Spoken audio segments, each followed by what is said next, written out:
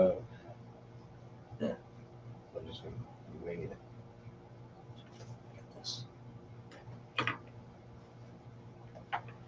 Hey, what's up, everybody? Welcome to the old school. We are back. Very excited to do this show tonight. Hopefully, you get a kick out of it because, right now in Philly sports, I mean, other than the Flyers, who totally suck right now, and it looks like they're getting the Sam Hinkie tank going. I mean, break out the Sherman because the Flyers blow. But other than the Flyers, I mean, Philly sports right now is actually not looking too bad. I mean, you got a 10-1 football team. Philadelphia Phillies making the World Series, and there's rumors that they're going to sign a major shortstop. Yeah, possibly Turner or one of the top four. I'd love to get him. Yeah. Exactly, and then you got the Sixers. Sixers are shorthanded right now, but playing some good basketball. And when we get our guys back, who knows? Maybe they can make a run. So, but like I said, not a bad time in Philly sports. But I hope you enjoy tonight because we are going to get into the all-time douchebags of Philadelphia sports history. And as most lifelong Philadelphia sports fans know out here, there's been a lot of douchebags in Philadelphia. Here. Exactly. Oh, yeah. So so we're gonna get in. We're gonna get into the all-time douchebags of Philadelphia sports. But first, I'm going to introduce our panel, our regular guests here. I got Uncle Mark to my left. Joe. Got Cousin Roger to his left. Cousin Joe. How are you? Yeah. So like I said, man, I'm looking at this list. I mean, and we could take this in so many different ways. I mean, there's coaches on here. I mean, you got a coach. You have owners, coaches, you got media members. Yeah. I mean, you have Hall of Famers. You have Hall of Famers. Yeah, I mean, douchebags galore. Okay, and douchebags for many reasons. I mean, you got Don Tollefson. Used to work for Channel 6 News. Supposedly a solid member of the community, went out there and scammed people for tickets. Douchebag move, right? Hundreds of thousands of dollars. Yeah, hundreds of thousands of dollars, and then you got a coach, a couple different coaches. You got a coach, Richie Kotite of the Eagles. Yeah, he might not have been a terrible guy, but we like to affectionately call him Richie Kotex because he had pebbles in his pants.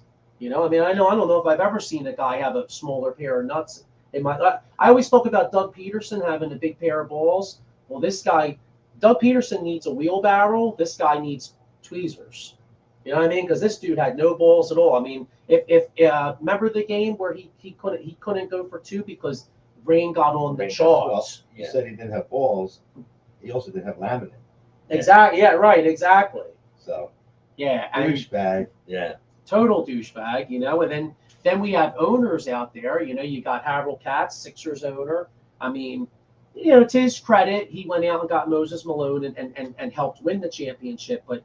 You talk about a guy that's ego got the best of him. I mean, first off, he was a guy that inherited a team that was already on third base. I mean, the Sixers were a tremendous franchise in the late 70s, early 80s. They had Dr. J, Andrew Toney, Boston Strangler, and the one move they needed to make was Moses Malone. Now he gets credit for that. A couple years later, he screws everything up. He's working out guys in his driveway and decides that he doesn't want to draft Brad Doherty. Douchebag. Yeah. Then I got another douchebag here. Like totally ruining the Charles Barkley era. Okay, and Barkley always commented he wanted Shaq, and well, this a-hole gets him Charles Shackelford, another douche. Oops. Well, that's the guy that Katz tried out in his driveway. Right. Yeah. Exactly. Well, he tried Doherty. He worked Doherty out in his driveway first. And then apparently this guy likes working dudes out in his driveway, and he thinks he can. He thought he could judge basketball. I mean, Holmes, you should have stuck to NutraSweet. You know what I'm saying? Exactly. But that's Nutrisystem. Oh, Nutrisystem. Okay, yeah. Well, either one, whatever it was, he should have stuck to it. You know what I mean? Yeah. Let me just add. I want to qualify this so that people have maybe a little better understanding. This is totally subjective, obviously, and. This is the names that we got here are players. They could be Hall of Famers, like we said, but had off the field or off the court issues that made them a douchebag. Yeah. or they're players that came here from different places, and they just with the resume that we were excited, the expectations were that that their solid careers or all-star careers were going to continue, but they came here and they laid down like dogs. Like, well, they get a douchebag award. Well, perfect example. I remember a Friday night when the Eagles went out. This was a Friday night, and I was going out to Tony's place. This particular Friday night was really excited. The Eagles got Nnamdi Asomugha, and then on the same night, the Phillies traded for Hunter Pence. Now, you want to talk about an exciting night as a sports fan? I mean, we're out getting banged up, we're having a good time, and like just for no reason at all. You're like, we're like, yo, man, we got on Nnamdi Asomugha. Dude came here and sucked, and not only did he suck, but he didn't even really fit into the team. I mean, the guy was such a douche. He ate lunch. Supposedly, he ate lunch in his car by himself. He did. So not exactly a team player. You know what I mean? He was aloof, as they say. Yeah. So I just want to get some comments here real quick. And again, anybody that wants to add in, feel free to add whoever honorable mention douchebags you could possibly think of. So the first here I got. Dart Poo 79. Chip was the biggest D-bag because he destroyed my soul. Chip is on the list. Chip's definitely on the list. I mean, he couldn't even go to a Christmas party. I mean, who the hell don't want to go to a Christmas party? What a weirdo. He was similar to Asomugha. Oh yeah. Loner. Anti-social to like the max. Didn't acknowledge anybody in the building, and so. I can understand that. I would be amazed if we don't get some backlash for daring to call somebody a douchebag, but we're going to qualify it as best as we can from our opinions. And like Joe just said, if anybody out there has critique on who we select, or add something like this last, what was the guy's name? Dart Poo 79. He said Chip was the biggest D-bag. He's up there. He's up there. He's way up there, but yeah, we'll continue. Yeah, I was gonna say, feel free to call us douchebags too. I got thick skin. It's all good. You know what I'm saying? Hey, Mike Laura. Here's my man, Mike Laura. You can check him out on the Out of Box Network with me on Wednesday nights for college football. He's also on this network on Sundays with Pat the Gobbler, Sundays at 9. He says, "What's up, old school? Love this." Yeah, Mike, what's up, man? Thanks for checking in. I got a guy Darth Poo 79 again. He said, "My guy here talking about my guy on here talking about someone on Tuesday system wearing the jersey 3 times too small." Yeah, okay, buddy. Thanks for checking in. We got here Pat Bernard. What's up, fellas? You can check him out. He's on the Gobbler Show on Sundays at 9 o'clock. We got who was this? He was as useful as the second N in his name. Who's that? I don't know. Yeah, who are you? I don't know who you're talking about. And then we got our man Al Safari. You can check him out on the Edge of Philly Network. He said Riley Cooper, huge D-bag. Oh, well, that goes. Definitely. I think that goes without saying. He made the list. He's on the list. He's not the. I wouldn't have him in the Final Four or like the Elite Eight because he wasn't a big enough player, and he wasn't here long enough to really. Yeah. But at least so far, yeah, the 2 or 3 that have been mentioned, we share the opinion. Yeah. Yes. Well, what I just did, I threw together 32 names, and basically, I've got a list here: 7 guys from the Sixers, 12 from the Eagles, 10 from the Phillies. We had 1 guy from the Flyers, and then we had 2 guys from the media. And he's talking about Nnamdi with the second. Oh yeah, Nnamdi. Yeah, Nnamdi. Yeah, I got you. He's on our. Yeah, he made the list. And basically, I was telling my cousin Roger and my nephew Joe. I said, basically, what we ought to think about talking about is like the bottom 16 guys. Everybody, we'll each have our own. They'll all be different. We don't have to go into every name. Mention like who we who's the people that aren't in the final, like don't make the final four or don't make the championship round. We have 32 names. It could easily be 332 names. Yeah. But we digress a little bit. We're going to try to keep it to Philadelphia sports. Mm-hmm. Obviously, we branched off into the rest of the leagues. God knows how many. What I would suggest is, we only have 2 media members. Yeah. Now you said Don Tollefson.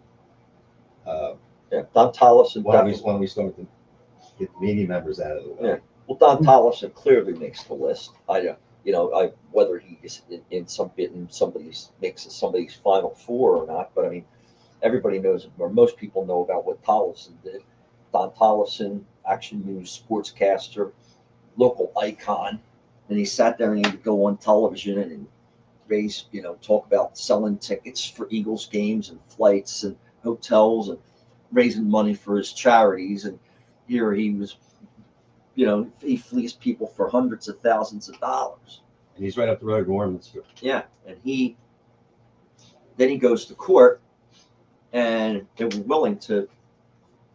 He originally had an attorney, and they were really he was willing to. They weren't going to put him in jail, but then he filed his attorney, and he defended himself. Now there's a saying that an attorney who defends himself in court is a fool for a client, and so not only was Tollefson a thief, and and preyed on people's good nature, but he was also a douchebag. He was an idiot. He was a goddamn idiot. And he wound up doing 29, 30 months in prison. And now supposedly he found religion and he's down working in North Philadelphia somewhere helping people. If that's the case, then God bless him. I think that's terrific.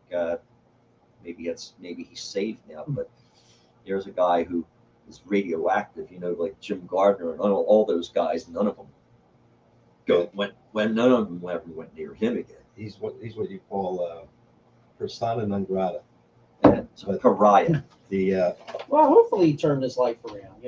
Might as well root for a good ending. You know what I mean? With the length of time he was in Philadelphia, and working for #1 rated newscast, and he obviously did tremendous good till he hit that point in his life. Whatever turned him around in a different direction. He had some good moments again. Yeah. But I mean, it doesn't help the people that got fleeced hundreds of thousands of dollars. I mean, there was thousands of people that he fleeced. Right. And he couldn't pay any of them back. The other media member that I would even put ahead of him, oh yeah, as far as the douchebag is concerned, was an outstanding Pulitzer Prize Hall of Fame baseball writer named Bill Conlon. Bill Conlon, and can't get into too many details with him, but he's a guy who had a Hall of Fame career, terrific writer. He was on the Sports Reporters on Sundays with Dick Schaap. He spent Mitch Albom. He did Daily News Live with Daily News Michael Live, Barkan, and those guys. He was an interesting personality. Very acerbic guy. It's like real dry, real that type of a personality. No sense of humor whatsoever. But what had happened ultimately was keep that the kiddies away from him. Yeah, they had to take. Yeah, they had a. They found that he had some relationship issues, I guess you would say, with. Yeah. Ultimately, it came out later. But what had happened was there was a young girl sitting on his lap, and he damaged. He damaged his pants, and somebody got a wind of it, saw it or whatever, and the parents saw it, and then they. And it went back. So then as what always happens, other people. Then the story got out, and then what happened was it went back to the 60s and 70s. He had molested 7 young girls and 1 young boy, Wow. And so he retired. He had to go to Florida, and he was a pariah down there. And there's a I never knew that whole story. oh yeah, Yeah. there was there's a great Philadelphia magazine article about him. It was written just before he died. Somebody went down. He died like 2 years after this blew up. Yeah, I mean, yeah, he went down. He didn't there. last long at Oh, all. he didn't last long at all. He went south really quick, and he went down there and he was isolated. He was a pariah. Nobody would talk to him. He had no friends, nothing. I mean, he was So with Bill Conlon, again, Hall of Fame writer. Yeah. Thanks for the previous 30 to 40 years that you were working in the press, in the newspaper industry, in the sports industry. But douchebag. Yeah, well, my man Darth Pooh 79, he's got here Pete Rose King Douche. Pete Rose is definitely on the He list. was in my top 5. Yeah, Pete Rose is definitely in my top 5. Yeah, Pete Rose is definitely We're on on the the list. same wavelength. That's interesting. Yeah, well, I mean, I feel like most, Philadelphia or longtime Philadelphia fans probably have, relatively the same similar list. I mean, just you could look at a Sixers list alone. I mean, the Sixers list you got, I mean, is anybody? We'll get into this guy later, but Ben Simmons might be the biggest douche I can remember, and he's definitely one of the newest ones. You know what I mean? Then you got Andrew Bynum.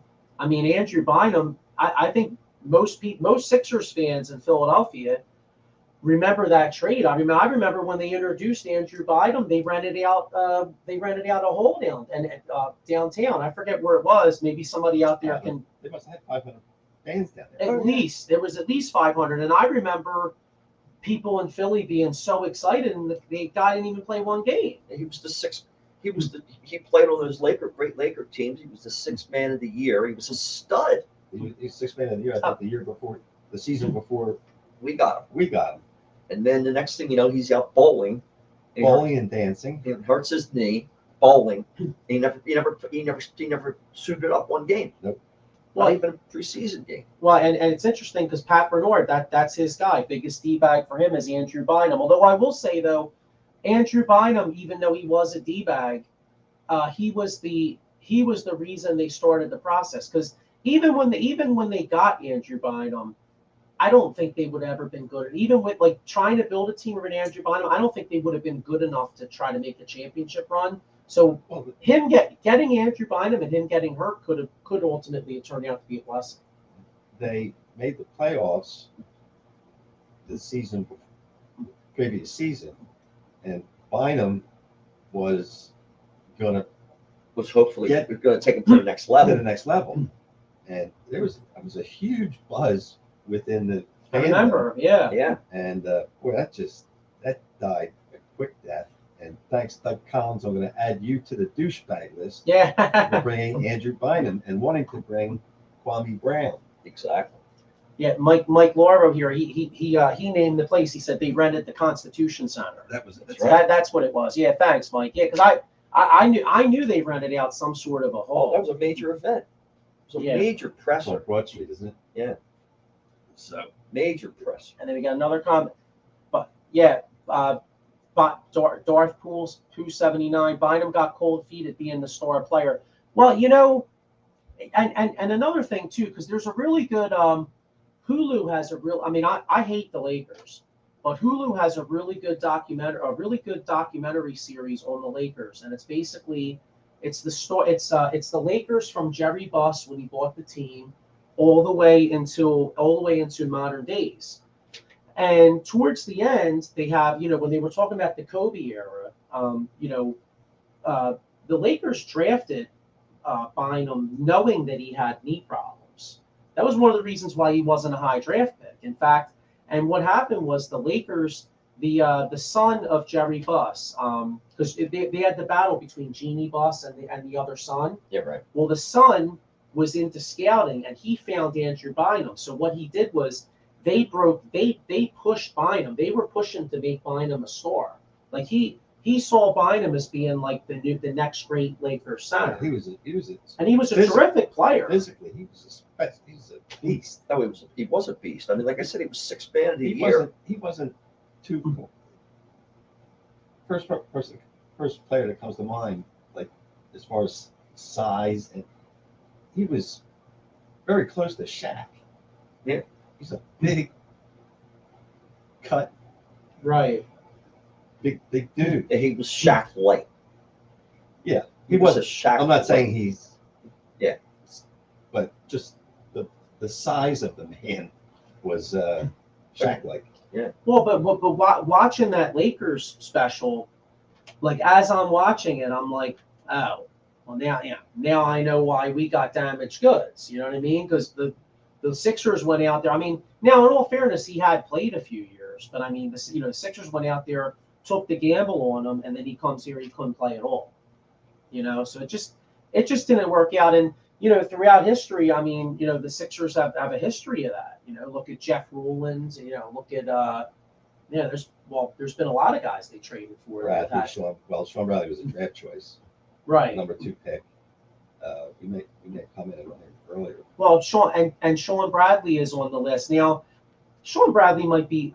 What's funny though? I feel bad saying Sean Bradley is a douchebag because he probably is a really nice young man. You know what I mean? But as far as I think Sean Bradley's on the list just for being the 2nd pick overall and being the lack of talent. I mean, the real lack of effort. The real douchebag behind that was obvious, and that was Howard Katz. Sean Bradley was just uninspired to be the best basketball player. He was a missionary, and with all that said, he had a 10 to 12 year career. Yeah. Playing with Dallas and a couple other teams, and, right.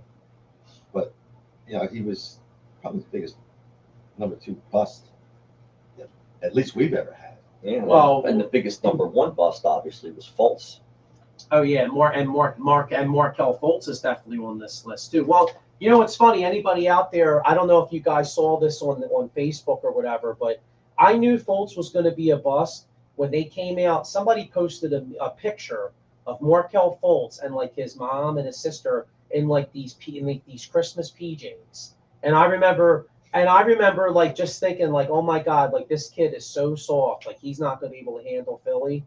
And then you just knew. And the weirdest thing about Fultz is if you remember in the summer league, he actually was playing well. In fact, Kevin Durant even commented on his jump shot.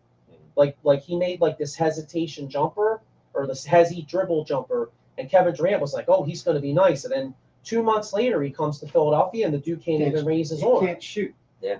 He would do this. He would be at the free throw line. And between him and Simmons, yeah, he couldn't shoot, and Simmons wouldn't shoot. Well, that's another one. There's something about Sixers players and the summer league, and then coming in the league and not shooting because they tore up the summer league. Yeah, both him and Fultz. Yeah, I know Ben Simmons. I saw Ben Simmons shoot jump shots from like the elbow in the summer league and make them, and I remember being like, "Wow, this kid's going to be awesome." He never took. He took like maybe 3 jumpers the whole time he was in the friggin' league. That's why he's a D-back. Oh, he's the biggest one.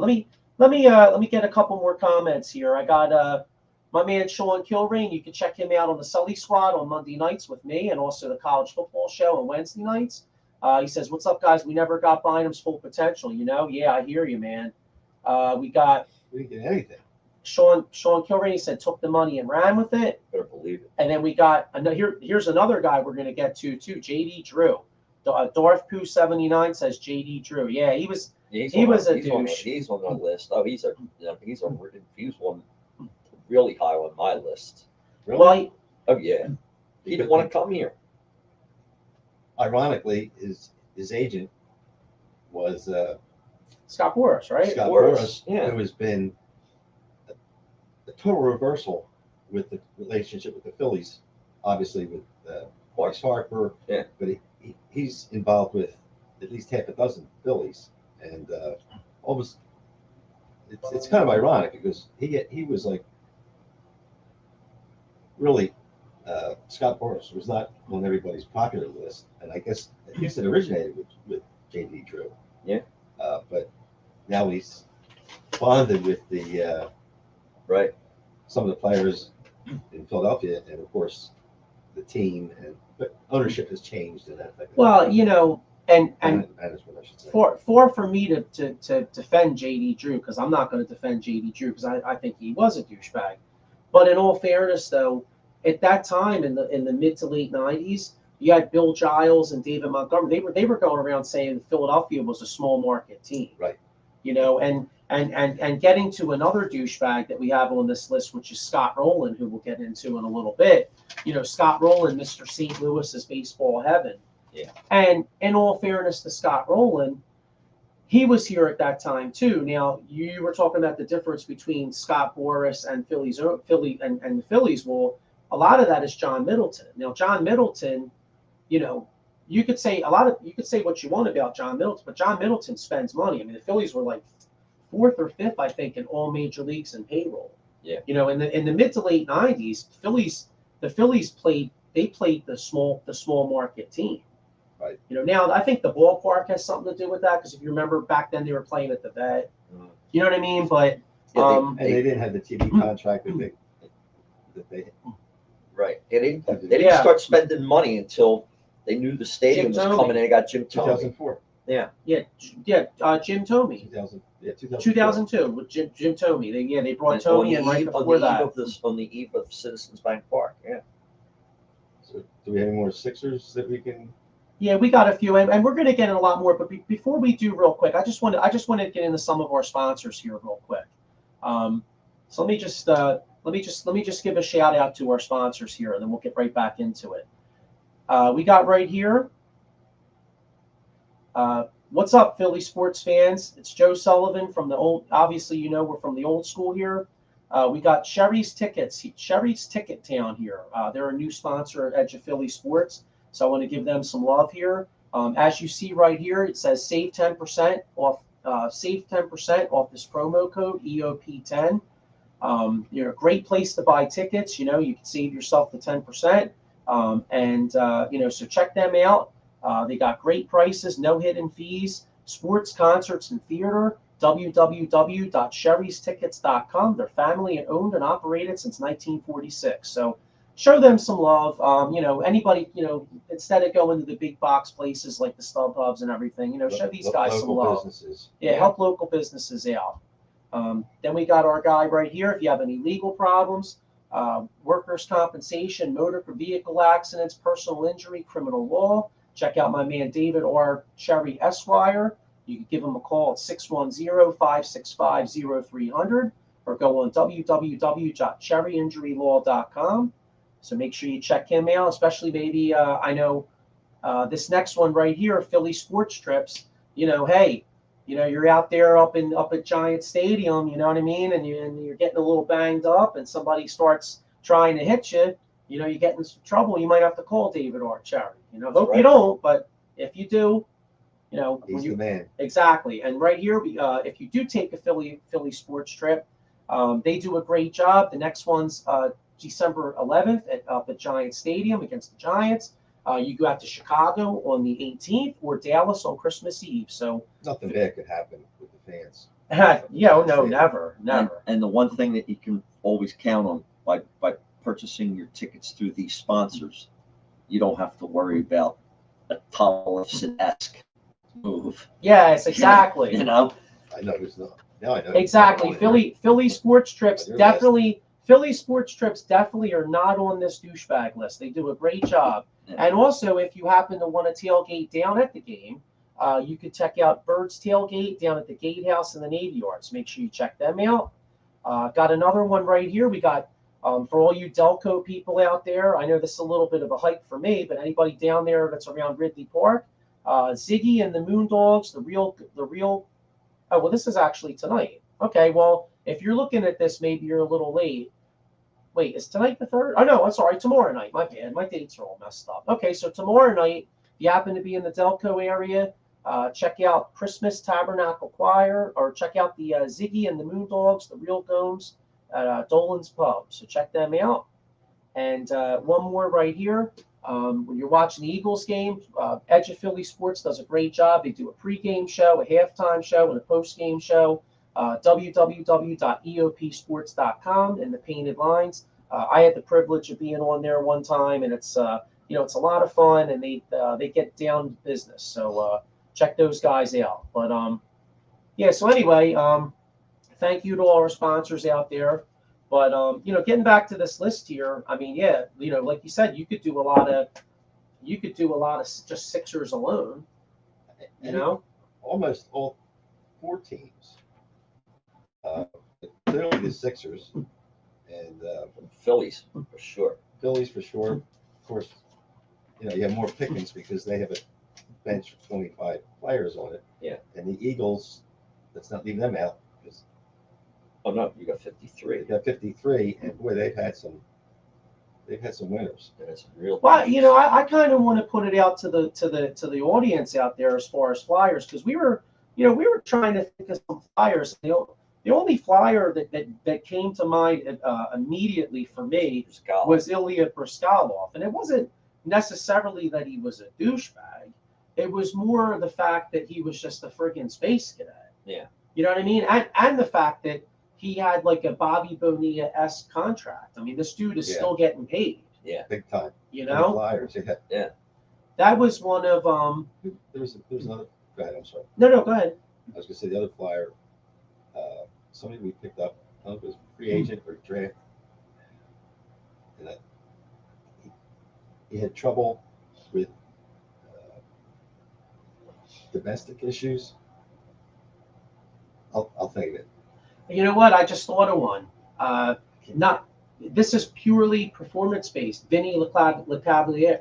How do I say his name? Lecavalier? Lecavalier. There you go. Yeah, because the Flyers went out there and classic Philadelphia. They went out there and got the guy past his prime. Actually, now that I'm thinking about it, I can think of a few more Flyers. I mean, the Flyers. Adam Oates. Adam Oates. Yeah, that's right. I remember when they paid big for Adam Oates, and he was done. Yeah, that's.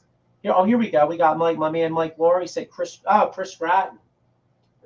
Chris Gratton. That's a good one. Now That's a great one. That's a great one. Yeah, because I remember that was coming off of the '97 Cup run where we got swept by Detroit. We threw a boatload of money at him. Yeah, and we had to trade Legion of Doom member Michael Renberg as part of the trade. Oh, yeah. And so we broke up that Legion of Doom line. And yeah, so Chris Gratton. That's a great one. After his first season.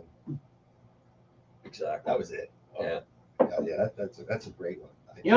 Another Flyers one to the point of getting guys past their prime. John Van Biesbroek. And JVR. Yeah. JVR. Who? JVR. What, JVR? John. No, John Van Biesbroek, the goalie. I was gonna say, yeah, I'm getting confused because the Flyers do have a JVR. It's James Van Riemsdyk. But I'm talking about Van Biesbroek. Okay. Yeah, because Van Biesbroek. one of the reasons why Van Biesbroek was kind of a wasn't, I mean, like, again, and douche is a kind of all relative, because like I feel bad calling somebody a douchebag based on performance, because John Van Biesbroek could have been, he might have been an awesome ass dude, but he came here, he was past his prime, he was kind of done. And at the time, I remember there being rumors of the Flyers going out and getting Curtis Joseph, and they didn't do it. So they bring in, so instead of getting Cujo, they bring in Van Biesbroek. He's done, and we get crushed by the Sabres the year after, in 5 games, the year after we make the Cup Finals. Exactly. You know what I mean? So that's more like a performance-based thing. Yeah, Mike Laura with 2 more here. He says Paul Coffey and Tony Amonte. Coffey, yeah. Yeah. Coffey, yeah. Although Coffey wasn't terrible in the I think in the run we made in '97. I think he had some decent moments, but yeah, he was kind of. Well, he was long of tooth by then. Exactly. But Chris Gratton was probably right up there in the top 2 or 3. Yeah. Yeah, and then getting back to Briskalov, I mean, I don't want to say anything bad about old man Snyder, because I mean he really cared about the franchise, and plus he's dead. I don't want to about his players. Yeah, he was a great owner. I don't want to say anything bad about him as a person, But this was one of his biggest mistakes because we had Sergei Bobrovsky on the team, and he was young. But old man Snyder said, "Go get me that goalie." They would go out and get Briskalov. They got rid of Bobrovsky, and that turned out to be a terrible move. Bobrovsky went to the Columbus Blue Jackets, And he was like all-star like 3-4 times. I mean, ironically, old man Snyder wanted the goalie here. He had him here. You know, he just didn't wait. Well, he lost He patience. just- They didn't have the he lost patience because patience. we had, you know, that's always been the problem in the city with the goalie. You had Bernie, right?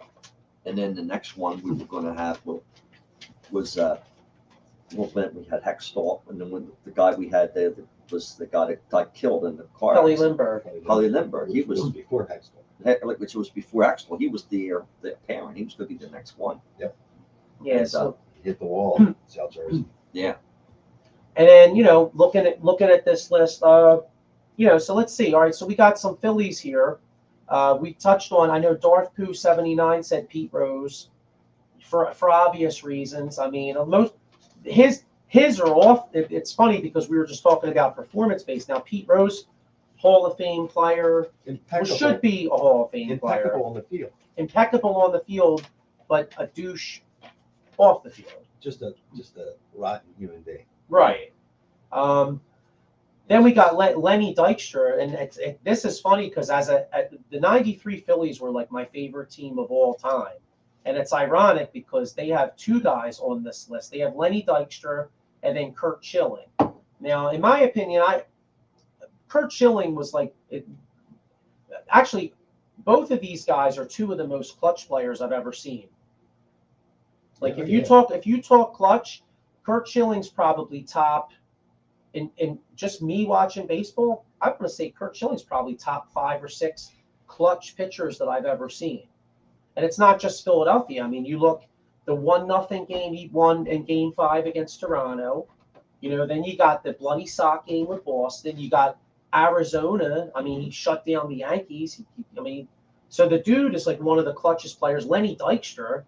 I mean, who the hell hit more home runs in '93 than Lenny Dykstra? And even with the Mets, he had a huge home run against the Astros in '86. Oh yeah, he had You know? he had a good. Yeah, I was gonna say. So- he was instrumental in that '86 team. Yeah, and that '86, that '86 Mets team, that was like the height of the '80s. I mean, there was a lot of snow on them planes, if you know what I'm saying. Yeah. Oh yeah. You know what I mean? Like those guys, that was like Wolf of Wall Street times 20. Oh, but everybody in baseball was snorting back then. Oh yeah. The pitcher for the Dodgers. Steve Howe, he would come out of the Cutting lines up in the bullpen. He's in the bullpen. He'd have it lined on his glove, Yeah, but Dykstra and Schilling and Rose. Yes, it's ironic. You look at this Phillies list. This Phillies list is actually just about all off the field. I mean, the only guy, the only on field I could say is Danny Tartabull. Any Phillies fans out there remember we got Danny Tartabull. He played one game. I think he had one at bat. One at bat. Yeah, one at bat, right? Yeah. One at bat, and his name never came up after that. No. He went on the IR or whatever baseball refers to it, and that was it. He just. Yeah. To this day, I couldn't tell you what happened to Tartabull. And I'll tell you a couple other Phillies that I first of all, Papelbon, although he was a heck of a pitcher. He's our all-time saves leader. I know he's the all-time save leader, but I mean, he was a real douchebag in real life. I mean, I remember after he left with us, he went down, got traded down to Washington. He got into it with Bryce Harper. And he got into it with Harper in the dugout on a national televised game. Yeah. He went after him. The good thing about him was when he left the Nationals and went to the Mets. Who was it? Was it that killed him when he faced Philadelphia? It hit the runs off him. Oh, you're talking about Billy Wagner. Wait. Oh yeah. You're talking about no, but that's another guy. Yeah. Billy Wagner, actually, because Billy Wagner. Yeah. Well, he was kind of dumb. Been a long day. He used to throw 100 miles an hour and the crowd would boo if the radar gun was under 100, and he thought they were booing him, but they weren't booing him. Billy Wagner. And yet to your point, it was Pat Burrell. Pat Burrell killed Billy Wagner. Yeah. In fact, in that 07 run, Pat Burrell hit at least 2 or 3 huge shots off of Billy Wagner. Right. Yeah. I remember 2 in particular up at Shea Stadium. Like, he just took them deep. But I got some comments here. I got my man Mike Laura getting back to Sergey Bobrovsky. He said Bob wanted out. Let me go back up here real quick. My man Rob Hefner, you can check him out on the Out of Box Network. Him and Ken Fry, they do a great show on the weekends. It's about Las Vegas sports, and it's really cool. So they do it. So any Raiders fans out there or anything, check those guys out. He says Lenny Dykstra was his favorite player growing up. Rob, I'm right with you. He was my favorite Philly of all time. Here we go. Darth Pooh 79. He says Lenny was the Philly we expected to be dead, not Dutch. That's true. Yeah. True. That's definitely true. Rob Hefner again. Imagine dudes doing lines in the bullpen in this current social media environment. Yeah, that's pretty true, Rob. Times have changed, that's for sure.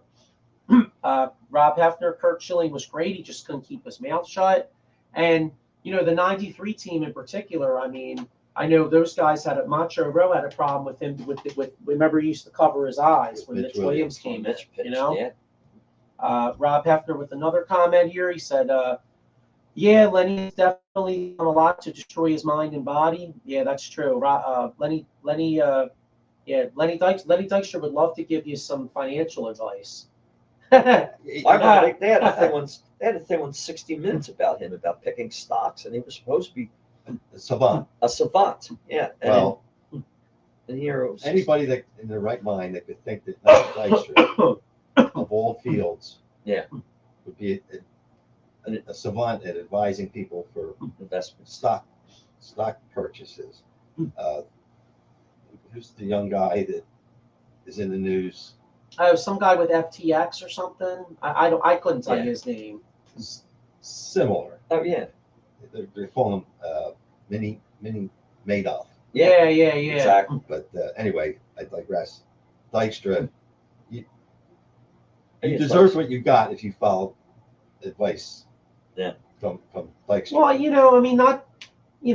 far from me, I don't like to make fun of the way people talk, but I mean, you hear Lenny Dykstra talk, and it sounds like he got hit in the head a few times. So I mean, not to be a prick, but I mean, if he's trying to tell me where I'm supposed to invest my money, I'm like, I don't know, bro. Yeah, you know what I'm saying? Yeah, it's almost like CTE but he was never. When you look back at his career, he was always like even the players. Of course, it was tongue in cheek, but he always had that strange persona. Mm-hmm.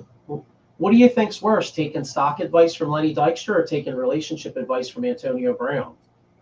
You know what I'm saying? I don't know. Either way, you got some issues, Yeah. I got my man Sean Kilrain with a comment here. He says, "How about this guy? What do you say? I don't make Sean. What are you saying? This guy's a douche? I'm not sure, but he says, how about this guy? Phillies pitcher Clay Buchholz had surgery earlier this week to fix a torn flexor tendon in his right arm. His 4 to 6 months of recovery will keep him out the rest of the season." Yeah, I don't know. I don't know if he's a douche or not. I know he's not that. I'll tell you one thing. Another guy that I personally believe I couldn't stand when we got him, and his whole tenure here with the Phillies for a couple of years was just, I hated everything about the guy. Was Jake Arrieta. Jake Arrieta would go out there and he would pitch, Mr. Tight Pants, and he would give up home runs, and guys would be hitting the ball all over the field, and he was always blaming the guys in the outfield or the infield. He said, "Oh, you guys can't field. You can't do this. You can't do this." I mean, it was always about them, nothing about him. It was horrible. $20 million a year. That was, and another guy that's on my list set the franchise back a number of years was Clentak. Oh yeah, Clentak. What a douchebag that guy is. Well, he brought Arrieta. Wasn't that one of his signings? Yeah. Clentak was Carlos Santana, and Arrieta was the first year. Yeah. And he may have even been more than $20 million. He might have been not more than $30 million. 28, 20. Clentak is in my top top 10. I hated Clintack. Look what he's done. Look what he did to this franchise for all those years that we sat there and we didn't have anything. It was him. You hate him more than you hate Don Tollison. Yeah, well, Tollison did rip me off. Yeah. You know, That's true. but I mean, you know, as a Phillies fan, Clintack was just it just, you know, and that's also the, you know, people are prisoners to analytics. Oh, another thing that Clintack did. Look what we did to some of the guys that we had. Like look at, Oh, with that launch angle bullshit. yeah, look at Yeah. the kid, Kingery. Kingery could play baseball at one time. Now, I was checking last. When he came out, when he was drafted by them, Yeah, and I think he was here maybe one season in the month. They gave him They a gave him- $25 million contract. Yeah. Thank God they did, because if they hadn't, who knows what he'd be doing. Oh, you might be stocking They- shelves somewhere. They ruined him. oh, they did ruin him. That was Clintack and all his people. And they failed. Failure. Yeah. The Well, then you got I remember one day I just took a look at the Lehigh Valley. the Iron Pigs. Yeah. I just looked at, it was late August, and I was looking at the numbers, the stats of the team. Kingery was hitting 202 In Lehigh. at Lehigh Valley. Yeah, I mean, that's a shame what happened to that kid, because I do think that kid had some talent. I really think because baseball is such a mental game. I mean, you look at it, baseball and golf are probably the two most mental games out there, because they're both games of failure. Yeah. You know what I mean? Like, you mess up, you look at a guy like you mess up your golf swing, you're screwed. Same thing with a baseball swing. I mean, the greatest baseball players out there fail 7 out of 10 times. Yeah. You know what I mean? So you gotta, you get all messed up in the head. I mean, you could be messed up forever. Look at Hazley. He drafted Hazley number 1. It was like what the 8th player picked. Mickey Moniak, number 1, too. Moniak. He's still with them, right? In their system. Hazley, no. No, they got rid of both Not of them. They got rid of, Moniak, they get rid of. Moniak went to the Angels, Oh, okay. and Hazley they got That rid was of him. before this last season, right? Yeah, and Hazley, they got rid of him before. I mean, he had some type of problems. I mean, what this organization did to some of those young guys, Yeah. to me, is just such gross negligence. And it's, it all comes back to, Clintack. They brought some 30-some-year-old kid in from Cornell, and he was supposed to be this boy genius. Guys, Well, shit. Well, they spent too much time watching Moneyball. You got to realize that Moneyball was a movie. Yeah. You know what I'm saying? I mean, I know it was based off of some true stuff or whatever, but the bottom line, that analytics works to a certain degree, but after a while, you need that eye test. You know what I mean? Oh, that's all. Yeah, exactly. You can't. I don't care. You could find the best hitting coach. This guy Kevin Long, who's the Phillies hitting coach Mhm. now.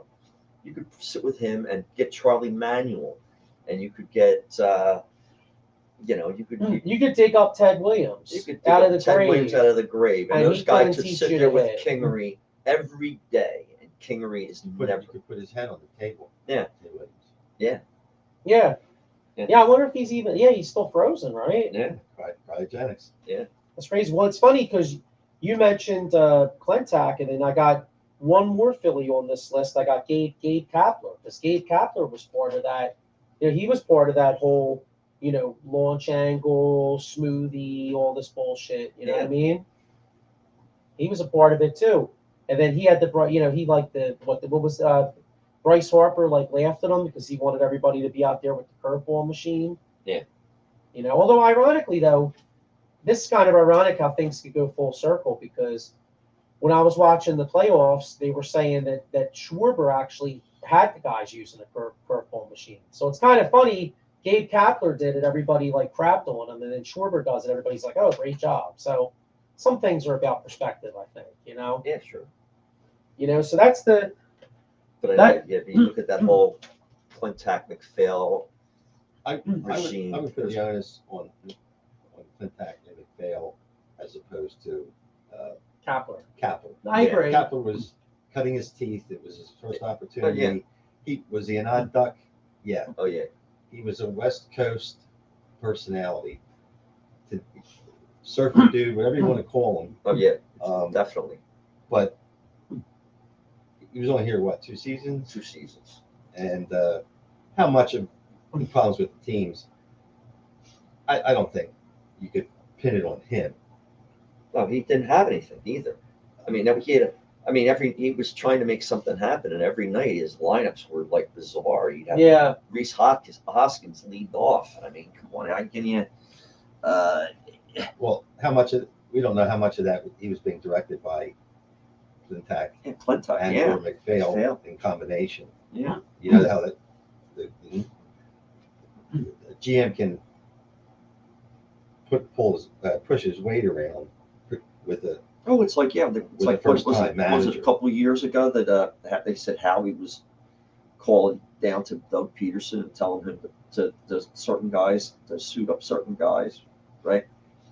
You know what's ironic? Well, if we did this list about a year and a half, 2 years ago, Howie Roseman would be on this list. Oh, he'd be at the top of my list. but I hated Howie. yeah, I mean yeah, I mean and if you did it strictly on the draft, if you took away, if you judged the general manager only through the draft, Howie Roseman would be on this list.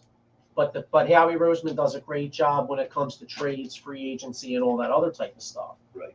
But just his draft misses, you would have Howie Roseman on this list. and he had his penance when Chip Kelly was there because he was banished to the back of the building without windows in his office.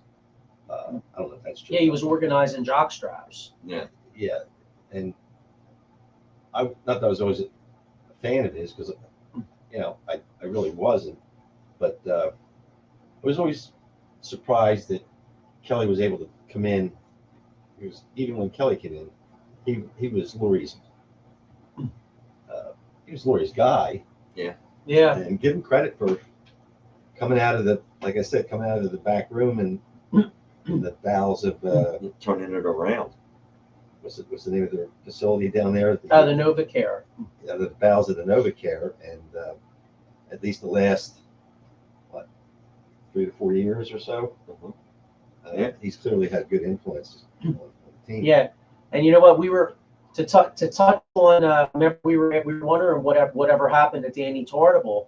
Well, my man Sean Kilrain looked it up. He said, "Here you go about Danny Tartable's numbers as a Philly: 3 games, 7 at bats, 0 hits, $2 million, and early retirement at the age of 34." I can't believe. Maybe the game that I was thinking it was 1 at bat.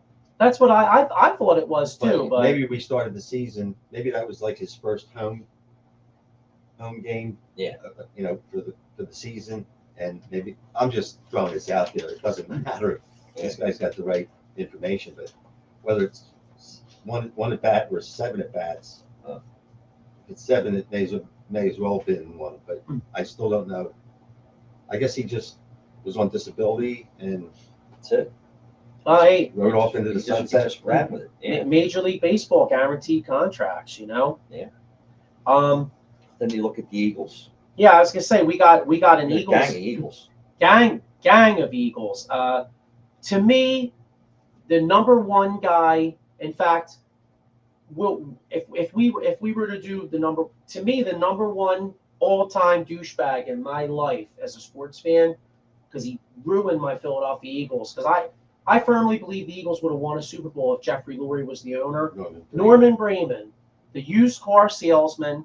To me, Norman Bremen is the biggest douchebag in Philadelphia sports history, in my opinion. Just to me. I mean, anybody out there that's my age, that's over 40 or whatever, because that's what I grew up with. I mean, I grew up with Buddy Ryan, era Eagles, and they had multiple opportunities to win a Super Bowl. He was cheap. You brought up on the last show that he gave Mike Quick a golf bag with no golf clubs, right? Yeah, that was when Mike Quick retired, Right. or when they had his. I forget how it was, whether when he retired. Where they placed him in the Hall of Fame. Eagles Hall of Fame. Eagles Hall of Fame. They were celebrating his career.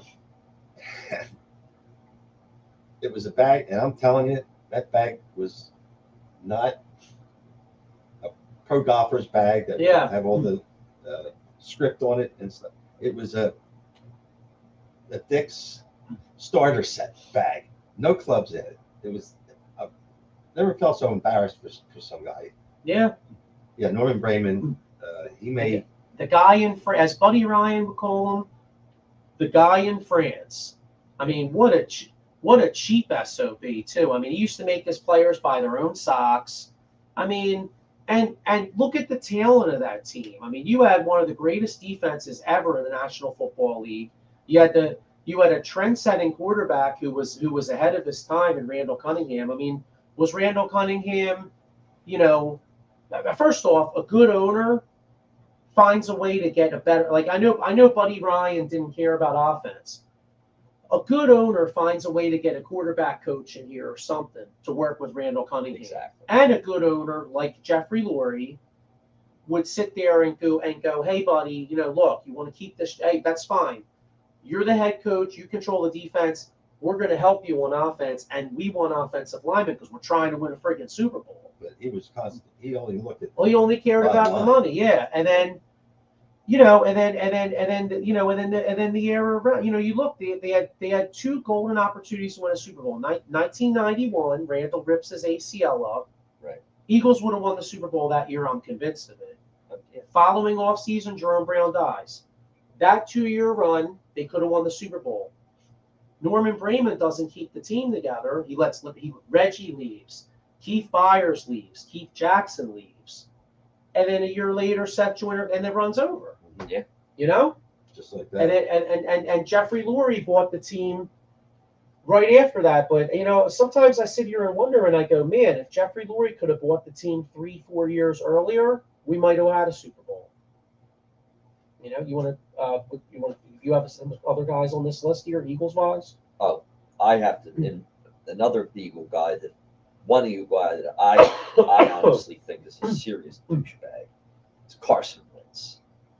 I realize he had a great 2017 season here, but the guy just had no spine. The guy just had no. I think he lost the locker room to a lot of guys. I just don't think he had the Seems that heart. way. Yeah, he didn't have the heart to play with these guys. He was the type of a kid. He played in North Dakota, and he was always the Best athlete in the whole state, probably. the best Yeah. athlete in the whole state. He played Division I AA, and you know, he was big. He had a lot of the tools, and you know, like I said, that 2017 season, he was remarkable. And after that, I mean, he just, you know, he's Downward spiral. Look at him now. He's nothing. Carson Wentz now will be sentenced to becoming. He will go to the purgatory of being a backup quarterback floating around the league. Yeah. As long as he can collect a check, and he may not even be around too much longer. And he's got big checks to cash. I mean, because there's to me, he's just gutless, spineless. I just said no, and he lost a lot of respect for the fans lost a lot of respect for him. I just think he was a total douchebag.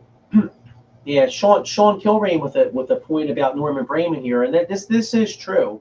Brayman was cheap, yes, but that was only part of it. Heck, just days after losing Reggie White, Eagles signed defensive end Tim Harris to a 3-year, $4.7 million deal.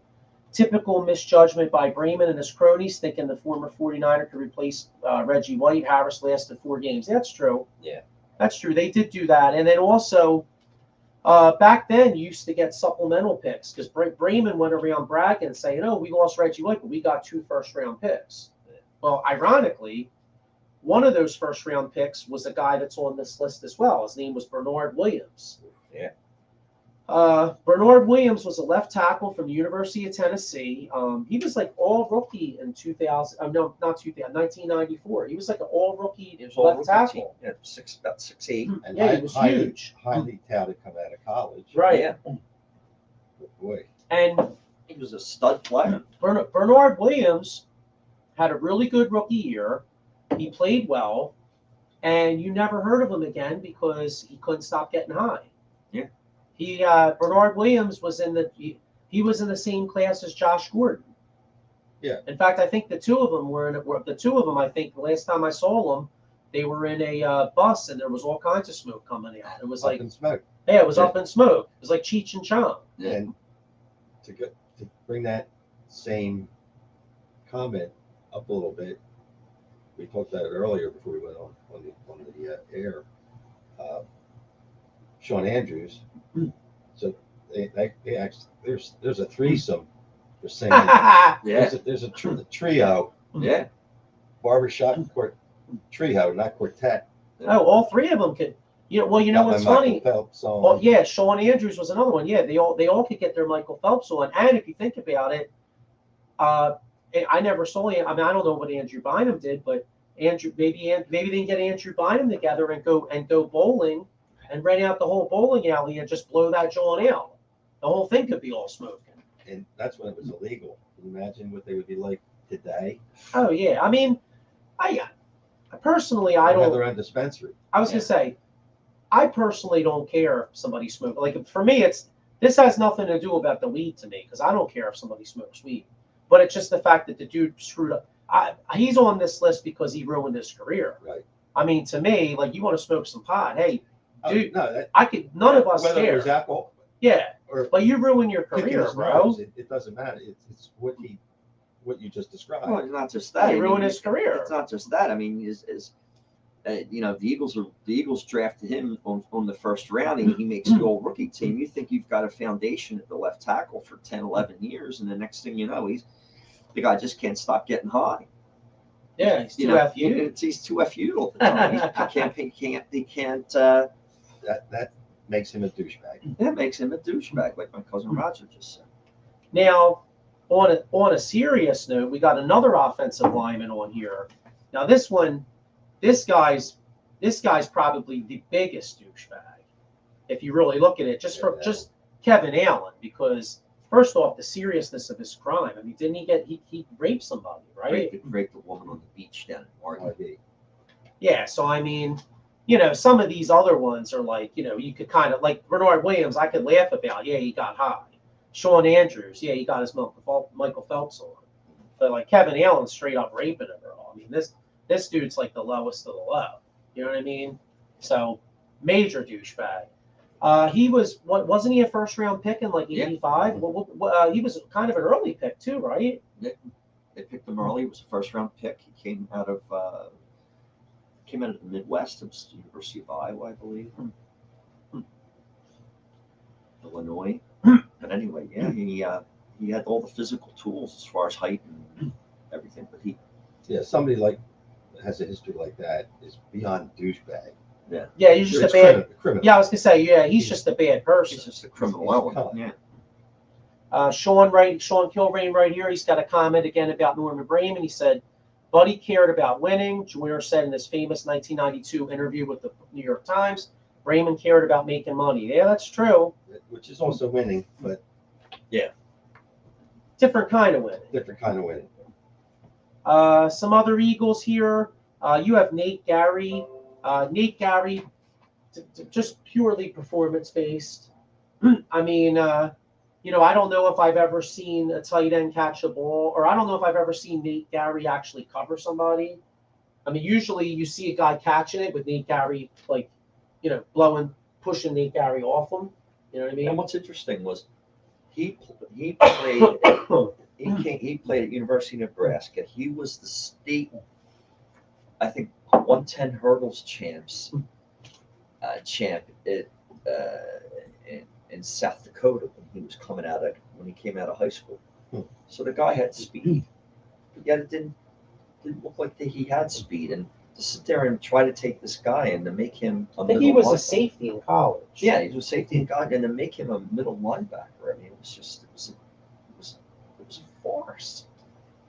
You know what? Speaking of that, I got another one here. Casey Matthews. We're talking about performance guys. Casey Matthews is another one. I mean, Clay Matthews, his brother, is a great linebacker for the Packers. We draft Casey Matthews, try to make him middle linebacker. He sucked. You know. Got a couple more Eagles here. You know what? You don't have this. I don't. He's not on the list, but was anybody a bigger douchebag out there than possibly Vince Young? "Quote unquote, we're the dream team." I mean, bro, you're a backup quarterback, dude. Yeah. He comes here as a backup quarterback, talking crap, saying we're going to be the dream team, and then he got into action and he was terrible. Let me throw an Eagle out there that Mark and I were talking about when we first got the idea of this type of list. And again, just to reiterate real quickly, totally subjective. And this had nothing to do with on the field, but T.O. Oh, Okay. has to be on the Undoubtedly. list of douchebags. Look what he did. 99% of it was off the field. The only 1% I'll throw out there on the field was when he got into his antics. But when he was with the Eagles and went to start, I thought that was terrific. Yeah. And the fact that he only lasted a season and a quarter, a season and a half. Again, I would have loved to have seen him finish his career with the Eagles, but he blew himself up. And I'm not even going to disagree that they should have rewritten his contract because he exceeded his salary for the first year based on his performance. Oh yeah. That's all they had to do was what he did with that. What he did to get to the Super Bowl, to get in there, and the game he had was Herculean in itself. I hate to say it, but he's on the list. He's a warrior. But to play, I mean, and I agree with you, but to play devil's advocate, you almost would say, you know what? Should T.O. be on the list, or should it be Joe Banner? Or Donovan McNabb? Because, you know, Donovan McNabb was the leader of the football team. You know what I mean? He's the guy. He's the highest paid guy on the team. He could have been a real. He could have been a bridge between management and T.O. Because T.O. was a douchebag. Donovan didn't do that. That's what I think. No, and ultimately, you know, I'm not arguing with you, but I'm saying that you could play devil's advocate and go, you know what? I guess you knew what you were getting in T.O. Like, you signed T.O. T.O. was already talking crap about Jeff Garcia, saying Jeff Garcia's gay. Meanwhile, Jeff Garcia had a real nice looking girl. His wife was a playmate Exactly. of the year. Right, exactly. So you know when you sign T.O., you know what you're dealing with. You know what I mean? For example, it's like signing LeBron James. You sign LeBron James, you know that you're basically, in essence, turning your franchise over to LeBron James. If you don't want to do that, you better not bring LeBron James in. Right. You know what I mean? I got a comment here. Ken Fry, you can check him out along with Rob Hefner on the Raiders show, on the Out of Box Network, Vegas show. He said, would you consider Nnamdi Asama a douchebag because he was a huge letdown? Yeah, we touched on him earlier, Ken. I know you as a Raiders fan, you probably have a different perspective because he was good for you guys. And know what's interesting though, when he came here, when Asamoah came here, he had his best years at Oakland. He played man up. Physical. He played man up, and what happened was they put him in his zone. Yeah, and he didn't know what he was doing. They put him in his zone, and that's not what he did. Why they took him out of his comfort level, to me, in the reading company. Yeah. Well, was that the Juan Castillo year? I'm trying to think. It might have been. Could have been. Castillo had no business being a defensive coordinator. I think that's what it was. I think it was the Juan Castillo year. That was the year that Andy Reid's. That was the year Andy Reid's kid died. Yes. And Andy Reid was all messed up, right?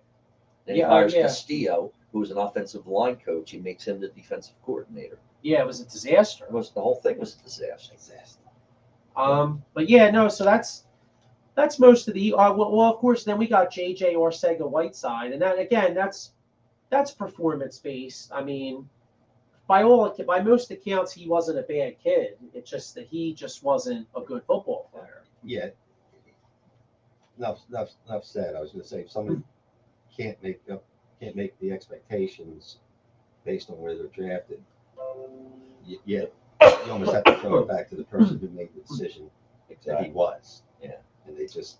Well, and that would be Howie Roseman again. I mean, I'll admit I'm a huge defender, and all in all, I have a perspective that I think that Howie Roseman's a top GM in the football, and I think if Howie Roseman was fired by the Eagles, he'd be hired in 2 minutes. Oh, he would have no problem. So I'm saying this as a guy that thinks Howie Roseman does a great job, but a lot of misses on Howie Roseman. You could put Jalen Reagor on this list too.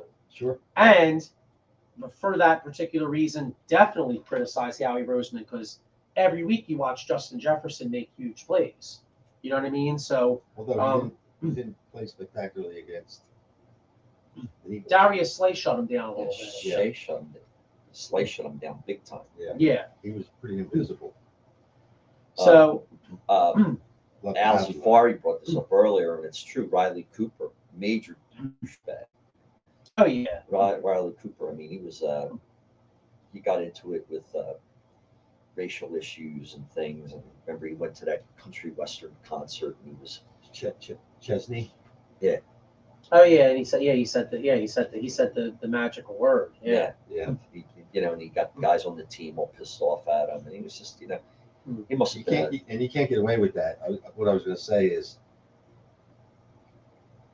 if it had been 30 years ago, without, he's on social media while he's commenting. Well, if it was 30 years ago, he would have been Mark Furman. Somebody would have Furman his ass probably.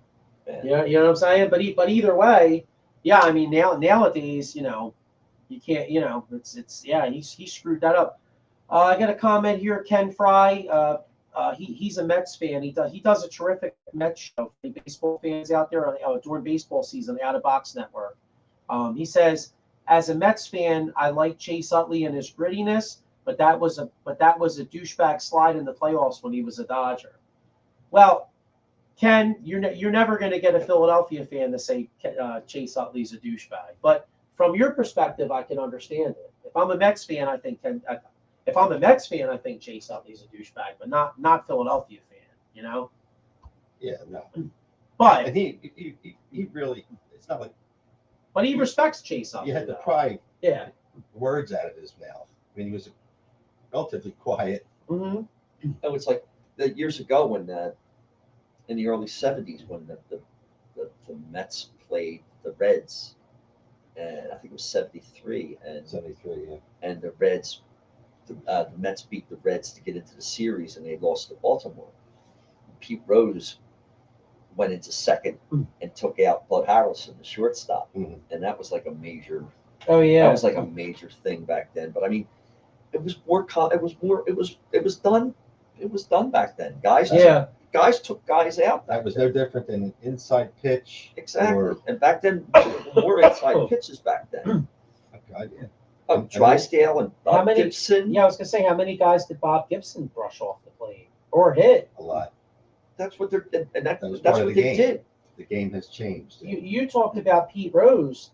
Didn't Pete Rose run over a catcher in an All-Star game? That was Rick Fossey. He ruined his career. I was gonna say, now that's a douchebag move.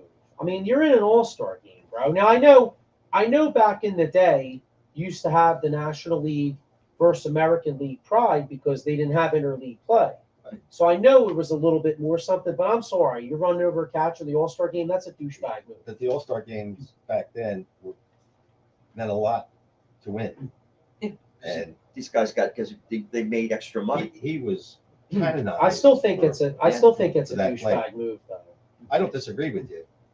It's taking it over the top because the All-Star game has advanced into an exhibition and a show. But back then, it did mean something. Yeah. It meant, especially in baseball. That was a huge rivalry. Yeah. Right. Yeah, huge rivalry. If you've seen the play, maybe you've seen it. I mean, Fossey's standing there, and Rose comes in, gives him a forearm. And yeah, gives him I've a seen it shoulder, on replay. Yeah. And he hits him like the chest high almost. Fossey goes down, and he was never right after that. He was never the same. We know it's ironic because I remember when I was a kid. Now, interleague play started in '95, but I started watching baseball in '86. So even from my perspective, I remember National League, American League rivalry being something. Like I remember one All-Star game in particular. I think Bo Jackson hit 2 home runs. Mhm. I think this was like '89 or whatever. But I remember like that back then. I used to like I can't remember last time I watched the All-Star game. Yeah. It just goes to show you how times have changed. I don't think I've watched the All-Star game in about maybe 19, 20 years. They suck. Yeah, they blow. Oh, they're horrible. Yeah. I look at the home run derby, and even that's got to the point where it's anticlimactic. Well, the thing too with the All-Star game, it always meant something because the winner, but if the American League won, that means the American League team would have home field advantage in the World Series. They did that for A number of years. No, they started that in like the 90s, they started that in the early 2000s because 2000s. because what happened was they had an All-Star game that like ended in a tie or something like that because they ran out of players. They ran. So then they said, you know what, we want to. I think this was like 2001 or something like that. Yeah. Ken Fry here, he agrees with us here. He says Pete Rose, all-time great, should be in the Hall of Fame, but seems like a huge douchebag. Yeah, I think most of us are in agreement there. So, so we're pretty much done this list here. I mean, as far as so let's kind of wrap this up a little bit. So, anybody out there, if anybody has a name we didn't mention, or you want to come up with a final 4.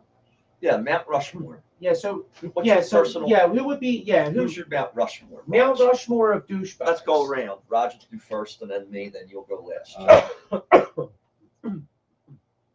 Just my top. Yeah, like basically like your top Mount 4 Rushmore, douchebags. your top 4. Top 4. It could be any. They could be any. It could be 3 from one sport. It doesn't matter. I've got. This is going to be a little bit obscure because I don't know if we expanded on when we started. I got a real hard on for Doug Moe for some reason because that's a great call. And you know what? Go ahead, explain Doug Moe because we didn't really touch on him, but you're right, he was a douchebag. Doug Moe was a long-term Denver Nuggets coach. He was an icon in Denver, always known for his offensive team play. But anyway, we brought him in, and this was right after the Charles Barkley. It was after the Barkley trade. It was after the Barkley trade, the following season, and that's when we got Tim Perry and Hornacek Yeah. and whoever else. Andrew Lang. From Temple. Perry was. Tim Perry, right? Anyway, I remember the Sixers had a practice during the summer that was down at the office near Nazareth Academy. I forget what college it's there, off of Frankfurt Avenue. And I went down there to watch the practice, and he was yucking it up with everybody. Doug Moe. Make a long story short, I don't think he made it past either 2/3 or 3/4 of the first season, or he got like halfway or a quarter into the. No, he was fired early. You're right. And he's the only coach. They played like 10 games after the season started, and he called them dogs. Mm-hmm. And anyway, it just stuck in my mind with Doug Moe. Well, they didn't play any defense. I mean, from what I remember, they played zero defense. Well, you knew that when you brought him in, because defensive, the Denver Nuggets was always outscoring people. So anyway, like I said, they got a thing with him for some reason, and he talked about stealing money. Yeah. The only good thing was he was stealing Katz's money. So yeah. So he's on your. Is he? He's on your Mount Rushmore. He's on my Mount Rushmore. Probably not deserving, but at least for me, I just can't get like you have with Donnie. Mm-hmm. I'm with Doug. Okay. To wrap up, or to name my other 3, Pete Rose, that we talked about extensively. Bill Conlon. Okay. I read him every day in the Daily News, and He was a terrific writer, but for obvious reasons. Yeah, I mean, what a letdown. I mean, somebody that you enjoy their column, and then you find out they're fondling little kids. I mean, that's that's disgusting. And my fourth, and I'm adding this to the list because we didn't comment on it, and you can go both ways, and I talked about it with Mark, Mike Schmidt. Wow, that might be the first time I've ever heard that. Because of his Aloofness. almost no fault of his own to some degree, because of his personality off the field. And I respect people's privacy and whatnot, but when you rise to that level, and I witnessed it in person with blowing off supporters or fans. Okay.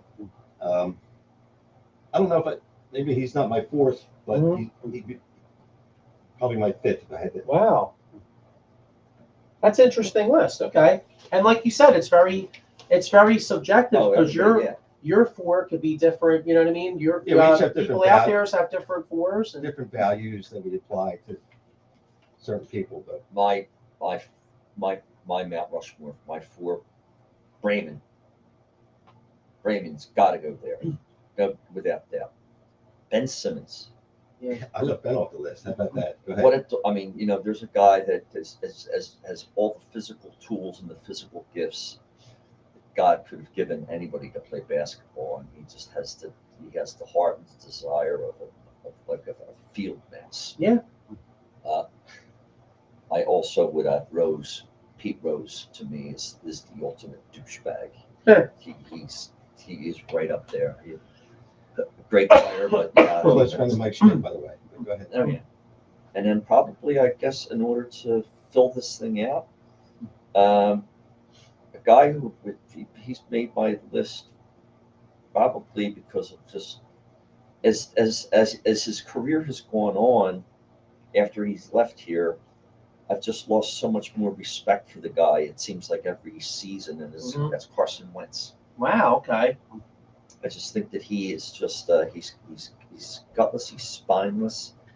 People, here last year he's with the Colts. They go down to Jacksonville. They're a 16-point favorite. All they have to do is win the game. You mean to tell me he can't sit there and take that team and lead that team to victory to get them into the playoffs? Are you kidding me? What a douchebag! Seriously, now look at him now. I mean, this kid Hickey's playing good football for Washington. He'll never get that starting job back. Now and that's a guy with big arm, tall, talent. He's got all the physical tools. Attributes. Yeah, it's all up in here. He's like if you could build a quarterback. Oh, yeah, in a laboratory. Prototype with size, with everything that goes with it, athletic ability. He's it. Yeah, and just like a basketball player, if you go into a laboratory, you build Ben Simmons Or Andrew Bynum. Yeah, and look at him. Can I tell you what would be a great show? You know how they do the 30 for 30s and like the what could have been? If they did a show and title it One Day in LA, how different would Carson Wentz is? Number one, do we win the Super Bowl if Carson Wentz doesn't get hurt that day? I say no. And the reason is because as good as Carson Wentz was that year, Carson Wentz doesn't have that clutch gene. I don't think Carson Wentz would have outdueled Tom Brady like Nick Foles did. Nick Foles had an it factor that you couldn't teach. His tenure and his experience. Right. So there's two. You know how you watch something and there's an event that happens that changes everything. Well, number one, Carson Wentz's career has never been the same. If Carson Wentz doesn't get hurt that day, we may not win the Super Bowl, but Carson Wentz could be MVP level quarterback. Right. That totally messed his head up and totally changed his career. If you could make a 30 for 30, I think that would be tremendous. And you talk about the clutch gene again. It ties back to the last game of last season with the Colts. 16-point favorite going into Jacksonville. You must win that game to get into the playoffs. Real simple thing to do. Jacksonville had 2 wins? Yeah, he couldn't get it done. He couldn't get it done. couldn't get it done. Well, it's funny because He's a fraud. He's a Jacksonville. yeah. He's a fraud. Like Carson- Howard Eskin would say, he's a fraud. Speaking of another douchebag. Yeah. Carson Wentz and Ben Simmons are very similar, because if you look at the end of a Carson Wentz game, you'll see like 23 for 29, 284, 3 touchdowns, 1 pick, 100 quarterback rating. You'd be like, wow, he played well, but he didn't. He did. Here he fumbled the damn ball, Took too many sacks. takes a sack, gets a field goal instead of a touchdown, and you wind up losing. And that's the story of Carson Wentz. Yep. You know? See, that's my Mount Rushmore, and that's my reasons for it. So my 4 are just basically strictly on sports, pretty much. Like, I didn't really go into like the deep stuff. I got Ben Simmons, basically for all the reasons you said. The guy doesn't love the game, quit on the team, blah blah blah. Harold Katz, because he screwed up my Sixer. Like, I started watching the Sixers and he screwed up Charles Barkley's career. Right. Bremen, because Bremen screwed up my Eagles. And then the fourth one, I could throw a coin about a number of different guys. I'll say Rich Kotite, just because he just had no balls, and he came in after Buddy Ryan, and the team like kind of quit on him. You know what I mean? You know, it's a tough act to follow. Yeah. So they're my 4. But Just to qualify, obviously with this type of commentary or critique, you could look. Everyone, like I started out by saying, we could have 332 names and still growing. But like my top 4, you could have a different feeling about it, either a month earlier or yeah. a month later. Oh yeah.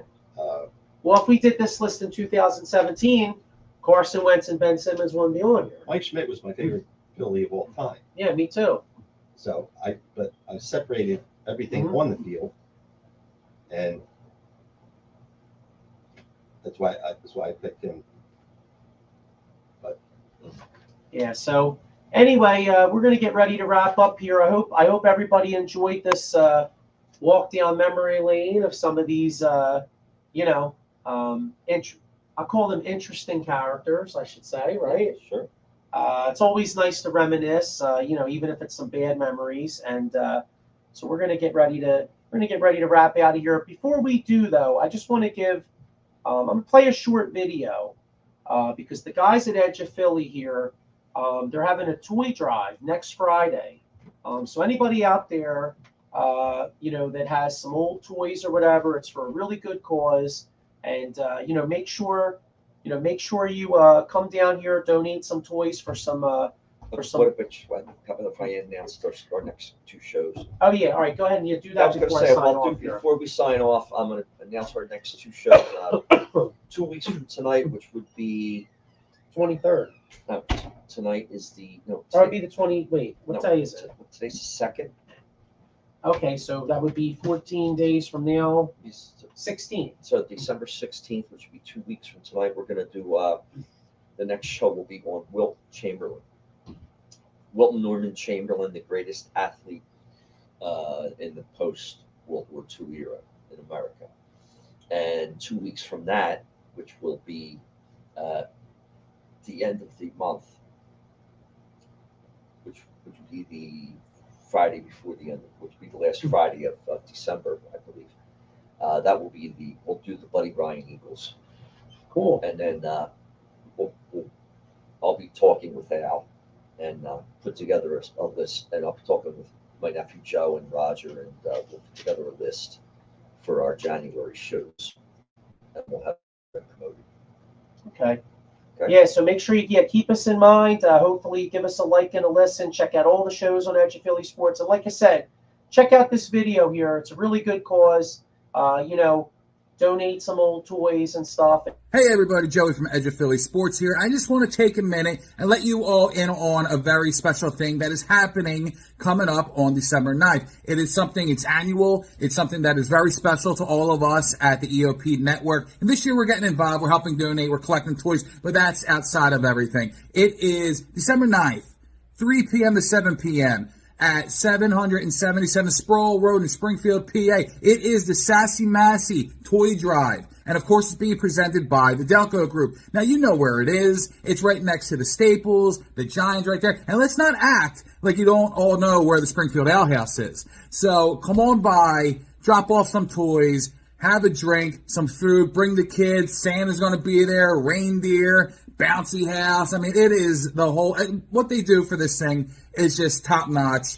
And they bring it every year. And this year we're asking all of you to bring it as well. This is the Sassy Massy Toy Drive presented by the Delco Group. They do a bang-up job. And they hand deliver all the toys to the local hospitals. So you don't have to worry about any funny business. Because, you know, we don't like funny business here. So, again, December 9th, that is a Friday, 3 p.m. to 7 p.m. at 777 Sproul Road, the Delco Group offices, Springfield Ale House, Giant, Staples. You know what's there. Everybody come out and help. Thank you. Yeah.